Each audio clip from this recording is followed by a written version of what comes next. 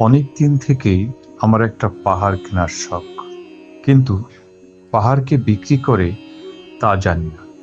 যদি তার দেখা পেতাম, দামের জন্য আটকাতো না। আমার নিজস্ব একটা নদী আছে, সেটা দিয়ে দিতাম পাহাড়টার বদলে। কে না জানে পাহাড়ের চেয়ে নদীর দামই বেশি। পাহাড় স্থাণু, নদী বহমান। তবু আমি নদীর বদলে পাহাড়টাই কিনতাম, কারণ আমি ঠকতে চাই। নদীটাও অবশ্য কিনেছিলাম একটা দ্বীপের বদলে। ছেলেবেলায় আমার বেশ ছোট্ট খাট্ট ছিমছাম একটা দ্বীপ ছিল, সেখানে অসংখ্য প্রজাপতি। শৈশবে দ্বীপটি ছিল আমার বড় প্রিয়। আমার যৌবনে দ্বীপটি আমার কাছে মাপে ছোট লাগলো। প্রবহমান ছিপছিপে তন্বী নদীটি বেশ পছন্দ হলো আমার। বন্ধুরা বলল, ওইটুকু একটা দ্বীপের বিনিময়ে এত বড় একটা নদী পেয়েছিস, খুব জিতেছিস তো মাইরি।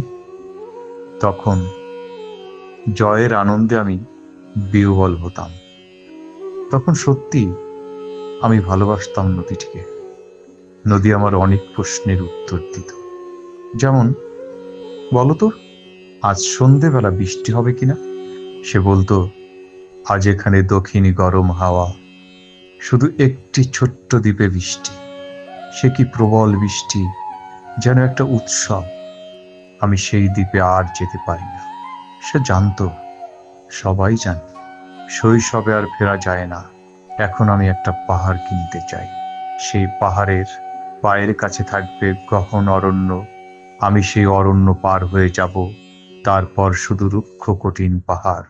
একেবারে চূড়ায়, মাথার খুব কাছে আকাশ, নিচে বিপুলা পৃথিবী, চরাচরের তীব্র নির্জনতা।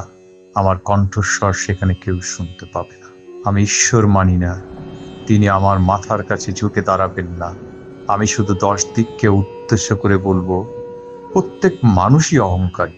এখানে আমি একা। এখানে আমার কোনো অহংকার নেই।